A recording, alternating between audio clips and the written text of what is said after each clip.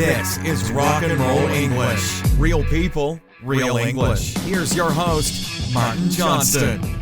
Hello everyone and welcome to another episode of Rock and Roll English, episode number 241, baby. Oh yeah, where I am here with a kind of new episode, okay? Because I have decided I'm going to start inviting other teachers on the podcast again, other people that have YouTube channels, podcasts, etc., to get their thoughts about learning English and just, have a chat, have a bit of fun, because it's always good to get a different perspective, isn't it? We can't always talk about poos and embarrassing stories, although most of the time is fine. So now there will be a podcast every week on Rock and Roll English. At the moment there is one every 2 weeks, but there will now be one every week. One will be one of these podcasts with someone else. Then there will be the normal Rock and Roll English podcast, let's say, with Dan the Man, the Hellraiser, Corporal Coma, Clarification Charlie, Substitute Sabrina, PT, TJ,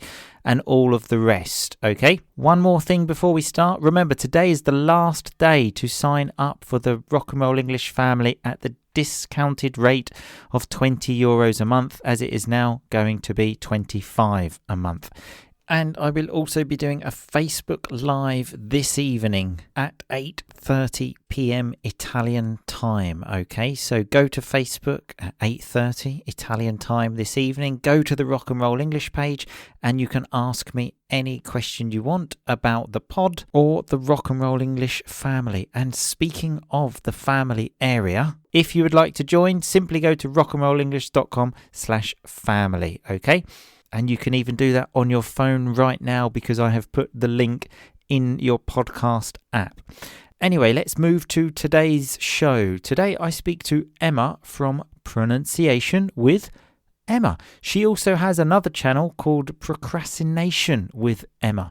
And we speak about pronunciation, a little bit about procrastination, also learning English with video games, how to make a study plan, and lots more. So here is the conversation. Happy listening. So hello Emma and welcome to Rock and Roll English. Hello, thank you for inviting me. No problem at all. Thanks for accepting the invitation. So obviously, in fact, quickly tell us something about you, Emma. Who are you? What do you do? Oh, I always get, really nervous with this question. Like, who am I? What Relax, do I do? It's okay. No, it's like every time, every podcast episode or interview. So my name is Emma. I am from the channel Pronunciation with Emma, but you may also know me as Procrastination with Emma. I started Pronunciation with Emma nearly 4 years ago now, and I started it because I wanted to help people with their listening skills originally. So I know the title says Pronunciation with Emma, but the goal was to help people with their listening, because I found a lot of my students at the time couldn't understand some things that I was saying. So for example, I was saying stuff like, oh, did you come by car? And they're like, car? What's car? I'm like, oh, car. And I would write it on the board. They're like, car.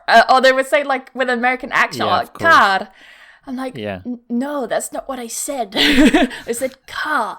So I found that there was definitely, some kind of problem here. And I would try to find materials online to help with pronunciation. And again, not to help students necessarily pronounce these sounds and words, but to help them understand them.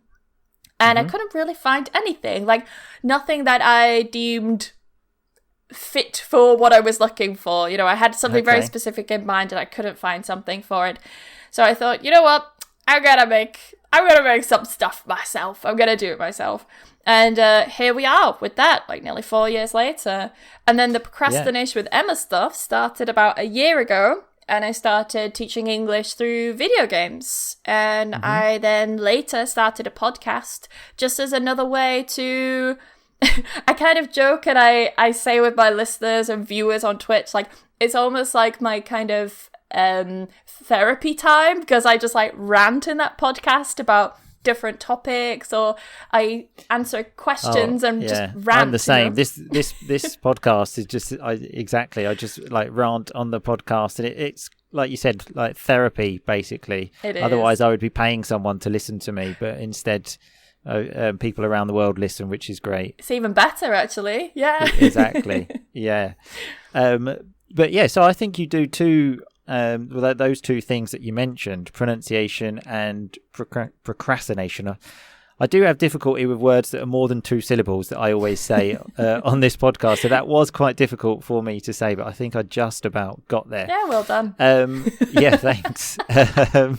So going back to pronunciation, because lots of teachers, and I would include myself in this, kind of avoid that a little bit. So tell us, how do you help people with pronunciation? Give us like some specific things, 1 or 2 things that you do. Well, I cover so many different things within pronunciation. I mean, some things I may cover are, starting from the very basics, like certain sounds. So maybe a student is having problems with, let's think of a really common one, like O and O. So they end up pronouncing law like low and stuff like that. So they're like, oh, I'm studying low. And I'm like, what do you mean you're studying low? And certain things like that, they can cause miscommunications, communication issues. So I tend to focus on those things.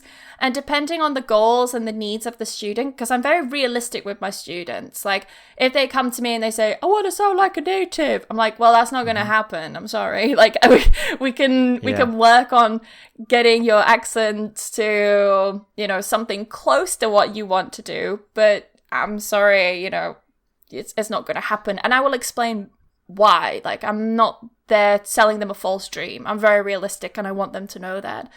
But other things I do, it all depends on what the student wants to focus on, because some students literally just want to be understood. I don't really get many students who come to me like, oh, I want to sound like a native speaker, because I think I kind of put them, I don't want to say like put them in their place, but I set them straight. That's like a better phrase to use, but I set them straight. Like, it's going to be very, very, very difficult to do that. And I will also ask them why. Like, why do you want to sound like a native? Because, like, you're not. So what's the goal? But some people, they kind of say like, oh, because I really love languages and I love phonetics and I really want to like understand all the sounds and how to pronounce them and stuff, which I completely understand because I'm the same. Like in Spanish, I want to get every sound correct and stuff like that. In Japanese that I'm learning now. So it all depends on what the learner wants to do. But it can start from the very basics, covering like very specific sounds, to going up to things like stress and intonation. And so many people worry a lot about intonation, and it's like, it's not the end of the world if you mess up the intonation a little bit, but just being aware of it is important. Absolutely. Yeah. So a couple of things you said there, about this kind of native thing that you often hear. I often say the same thing to students, how there's a difference between pronunciation and accent, because like the important thing of pronunciation is people can understand you, no? Because if they can't, then then that's the problem. But your accent is something that I think like you should be proud of. It's part of you. And I always say how, someone like an English person might have an English accent. Even there in England, there are many different accents, but Scottish people have accents, Australian people have accents. If you come from South Africa, you have an accent. So if you come from France, it's natural that you have a French accent. It's all part of the game. And I mean, obviously we both come from England and have different accents as well. So you come from York, that's right, yeah? Yeah, but I don't have such a strong Yorkshire accent while I'm teaching. No, but I noticed, for example, the way you said, I say the word rant. And say again, how do you say that? Rant. Yeah, exactly. And speaking of accents, I have mentioned this, I think, before on the podcast. When I first got into teaching, obviously I had no idea what I was doing. I had just moved to Italy, like the classic teacher that's just there, doesn't know what they're doing. and obviously coming from Essex, I had difficulty with the TH sound. And was becoming like an F, and I was saying the word mother, and I was actually saying mother, and a student was asking me to repeat it, and I was saying mother, and hearing my students say that back at me, and because I literally, my mouth wasn't able to produce that TH sound. And another one I remember was we had to do like this thing where I was reading the words and they had to write them, and one word was first, like number one, and the other word was thirst, of like I'm thirsty. But for me they were exactly the same, so I was saying first, and everyone was looking at me like, what the hell, what's wrong with him? Yeah, exactly. Yeah, but that's very normal. I speak like that from time to time as well, and you know, it's quite funny if I'm with friends or something and I'll say something like, oh, what do you think, instead of what do you think, you know, with the th. What do you think? And they're like, Emma, you're a teacher. You shouldn't be saying think. What is that? Like, my dad, he's the worst at this. You know, he will always pick up on these things. And it's funny because he's got like the most northern accent ever. So I'll kind of turn around to him like, well, you can't talk about how I speak. Like, listen to your accent. Like, we have to, because I switch, you know. If anyone's interested in the term, we call it code switching. So I switch my accent when I talk to my dad, and I will say to him like, well, listen to your accent. Like, how can you correct my think when you say stuff like course. No? It's just like a funny joke. But yeah, it's something I think I always talk about, how you should be proud of your accent, because even though sometimes I maybe don't speak correctly, another thing is the T's. Even my name, Martin, often, even when I introduce myself, certainly in England anyway, I will often just say Martin, because for me it's like it's quite a lot of effort to put that T in there. I think, you know, I'm a busy guy. I haven't got time to put that T in there. I was also doing that when I first arrived in Italy, and everybody said like, what's your name? And I said Martin, and everybody looked at me like, what? But now like in Italian I say like Martin, and they say, right, okay. And something else you said, which I thought was interesting, how sometimes you go right to the basics with the sounds of pronunciation, because I think some people like often don't maybe master those sounds and do have problems, like you mentioned later down the line. I heard someone describe this once, of like, if you had a keyboard and you were trying to send messages but you didn't have a few of the letters, like that would be a big problem for you. And when it's the same when you're speaking, like if you haven't mastered some of those sounds, it's like trying to write an email to someone when you're missing like 5 letters. You're going to have some problems. Okay, so the procrastination thing then. So tell us about this. How does this work? What do you do? So the procrastination with Emma stuff started because I wanted to teach English with video games. And so you enjoy video games then, I would imagine. Yeah, a lot. Yeah, I mean, some people think that I'm constantly playing video games and stuff, and that's not the case. When I was younger, I would get home from school and, you know, turn on the old PC and you know, play Sims until like 11 p.m. until my mum screamed at me to go to bed, you know. I remember doing something similar, not with Sims, with generally football-related games. Championship Manager was my favourite, actually, I can't think of anything worse, like Football Manager, these sorts of games, like... It's surprising how interesting it can be to run a football team.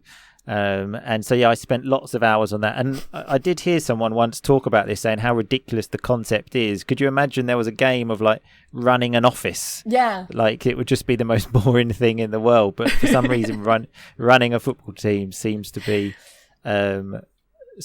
interesting, especially when I was like 12 years old. But so anyway, weird. you loved video games when you were young and still do now. I can still remember like playing PlayStation 1 with my dad. I still have it. I still have the PlayStation 1 that I had when I was younger. And we used to play stuff like Crash Bandicoot, used to play Gex a lot. used to play, I still remember this one game, and I always forget which one it is. I think it's Metal Gear Solid. My dad was playing. And I still remember it was like when the controls finally had the vibration function. Right, yeah. Like, this is how long ago it was, like in the 90s, you know? And it was something like, you will see my true power. And then it said something like, put the controller on the floor or something. So my dad was like, ooh, watch this, Em. And he put the controller on the floor. And I remember being absolutely amazed that this controller was just like on the floor, you know, just like moving. I was like, how is he doing that? How is that possible? You know, but it's in the game. And I just remember playing like Parappa the Rapper. And I still remember some of the songs from Parappa the Rapper. Like, I even had a Game Boy as well. And my first ever Game Boy game was Kirby. So, yeah. I don't know that one. The only game I think you should play on the Game Boy, which I still think is probably the greatest game ever made, is Tetris. Everyone loves Tetris. Everyone How can you not plays love Tetris? Yeah, that's old school. But I can't believe you don't know Kirby. No, I don't know it. I'm like slightly offended that you don't know Kirby. I'm sure if you saw a picture, you'd be like, oh yeah, Right. I recognize that. Okay. I think it's a Nintendo character. I'm sure Kirby was Nintendo. I'm not 100% sure, but yeah, I remember having that. And Pokemon, used to play Pokemon a lot. Okay. So like you said, you remembered the song. So is this how you try to incorporate teaching in the video games? So, okay, let me kind of go across the timeline a little bit more. So, of course, I grew up monolingual, right? Like many Brits. I grew like me, yeah. Yeah, I grew up monolingual, and I started playing video games in English maybe, I don't know, quite a few years ago now. I don't remember when I started, but I started playing games and stuff in Spanish. And it was maybe like a few years ago where I was like, you know what? I learned quite a lot through video games. And I talked to, like, my boyfriend. He plays games online with his friends. He's Spanish. And he plays in English sometimes. He plays with, like, people in Russia. And he's, like, talking to them in English. And I just think it's so cool that he's Spanish, playing with a Russian, but they're talking in English. Well, not talking. They're usually shouting at each other. But, like, what are you doing? You know, this sort of thing.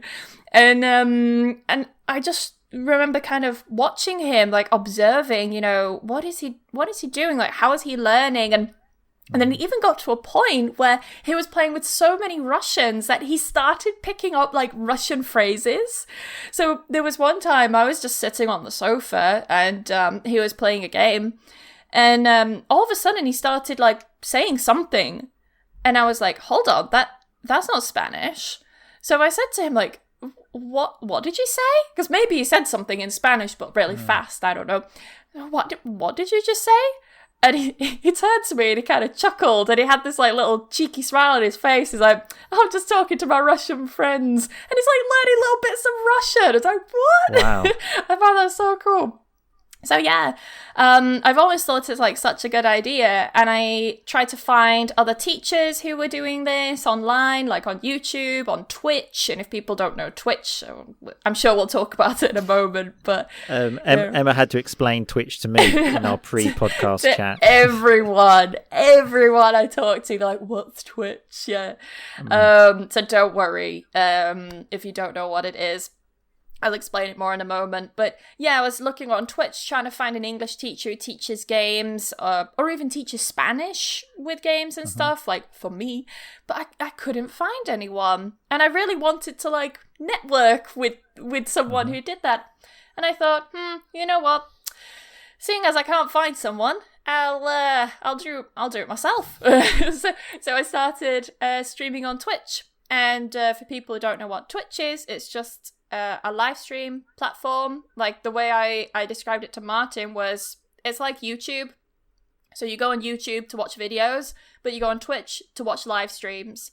But the majority of the content, I would say like 95% of the content, is gaming related. So it's like the largest game, I don't know how to call it, like live stream gaming platform, something like this. But there are people who stream all sorts. There are people who stream like bands, like live music, or they stream art, like they're creating some art or something, or like there's also stupid stuff like sleep streams. So there's like someone just sleeping and they'll have like an Alexa or something, you know, there. And people will donate and they will write a message and it will activate Alexa. So they'll say something like, Alexa, play da-da-da-da song at full volume. And then Alexa like, playing blah, blah, blah at full volume. And then and it like wakes up the guys who's sleeping. And it's just it's just quality content. Absolute quality content. So let me just sort of dissect this a bit. So someone sets up a stream before they go to bed. And then has to fall asleep. I mean, because that could take some time by the time you actually fall asleep. I would be quite nervous. I would have difficulty falling asleep knowing if people were watching me. Oh, they get many views as well. And really, so people watch people sleep. Is this what the world has come to? Right. This is what it's come to. Yeah, okay. Yeah. So it can get weird like that. But I mean, there's a weird side to every platform. Like when I tell people there's stuff like that on Twitch, like, oh, that's weird, I'm not going to go on Twitch. But just look at the weird stuff that's on YouTube. Do you know what I mean? Of course, yeah. So there's weird stuff everywhere. But I would say the absolute majority of the content is gaming related. So yeah, I tried to find another teacher who did that. And I couldn't find anyone, so I started. And then within like a week or something, I found another teacher who started like literally a month before me. So I was like, oh, great, I have a friend. But yeah, she kind of just does her own thing and she's really new, doesn't really touch social media much. But yeah, there's only two of us. There aren't many. Because this was the start of the channel Procrastination with Emma. Is this kind of like a play of words kind of thing? Yes. Because are you trying to say like using like that time when you're kind of not doing anything to actually be learning? Is this the idea? So the name actually came from another teacher. And I always give him credit. Always, it's English with Rob.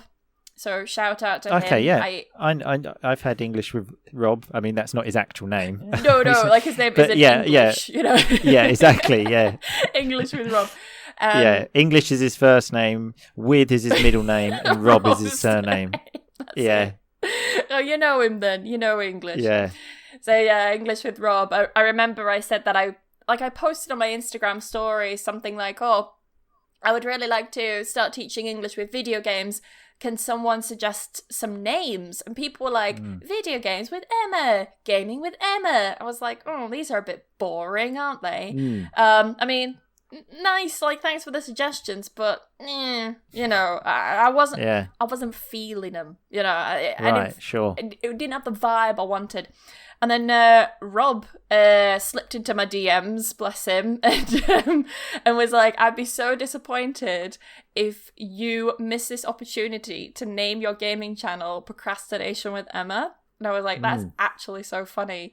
Because, I mean, it's kind of like a play on, like, pronunciation, procrastination. Of course, yeah. But also, you've got the fact that it works I'm on so many levels, doesn't it? It works on so many levels. Absolute genius. So I always give him credit. And I've said to him, like, I will forever give you credit. And when I told him, like, the amount of times I've mentioned him and stuff, he's like, what, really? You remembered it was me? So, of course. Yeah. Always. In fact, he did actually, when he was on the Rock and Roll English, come up with a few puns. So that's obviously his vibe. Yeah.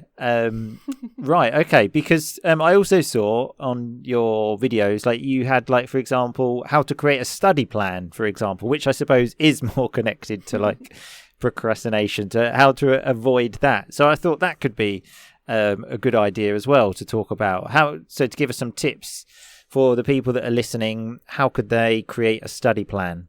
Oh, well, I just recommend they go listen to the podcast episode. No, I'm joking. I mean, to be fair, I'm actually going to put links to that in the show notes. But if you could give us some kind of info now, that would be great. I'll give the people a teaser, shall I? No, yeah, exactly. I'm joking, of course. I'm trying to think about some of the tips that I gave in that one, because I also forgot to mention that, yes, I have a YouTube channel for Procrastination with Emma, but it's for my podcast. And I don't think I mentioned that I also recently started a podcast like 2 or 3 months ago, also called, it's not called Procrastination with Emma, it's called The Procrastination Podcast. Right. And I upload some of the episodes on YouTube, but most of them are on Spotify and stuff. But anyway, to answer your question about the tips, sorry, I got sidetracked.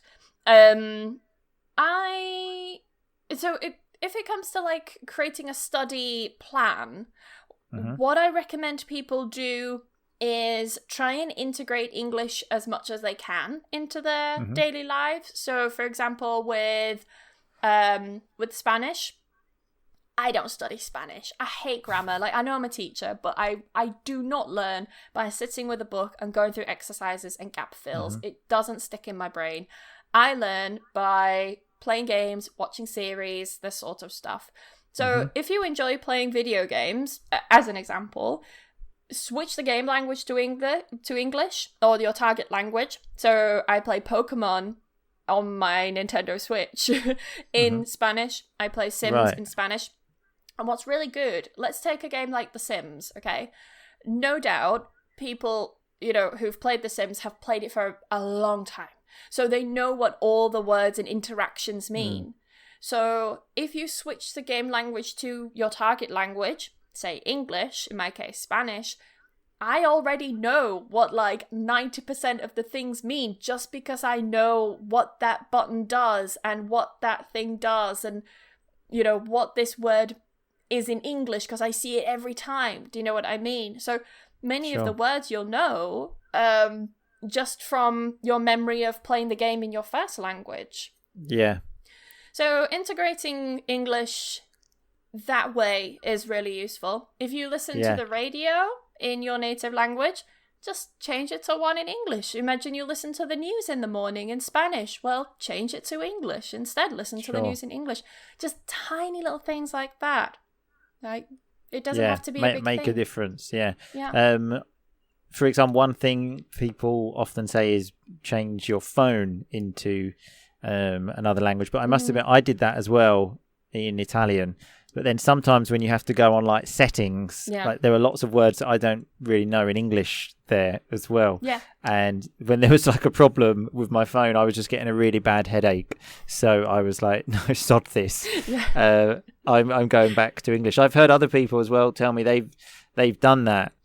But then when you use like Google Maps or something and you're in Spain and it's trying to tell you the streets. I have this because my phone's in English and I live in Italy, and it's trying to tell me the names of the streets with like the Google robot pronunciation, and it's not easy to understand. But yeah, I completely agree. Doing all of those little things in English, they make a big difference. And one thing I want to mention as well is, like you said, you kind of gave in, like when your phone was in Italian, you gave in and you were like, oh, I don't know this, like, I'm going to switch it back to English.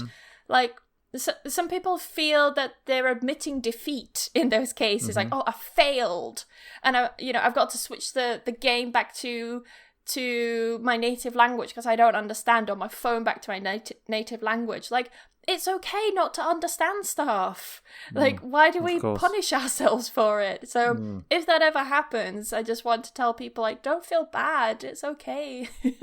You've made me feel a lot better now, because when I changed my phone back to English, I did feel bad, but you've made me feel a lot better. So thank you very much. No problem. It's okay not to know.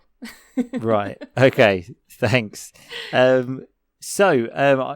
We could talk for hours and hours, I'm sure, but where can people find out more about you? Because as we said, there's no point listening to this podcast anyway, because it's all on your podcast. So where can they find your podcast and find out more about you? So my Procrastination with Emma stuff, the podcast is called The Procrastination Podcast.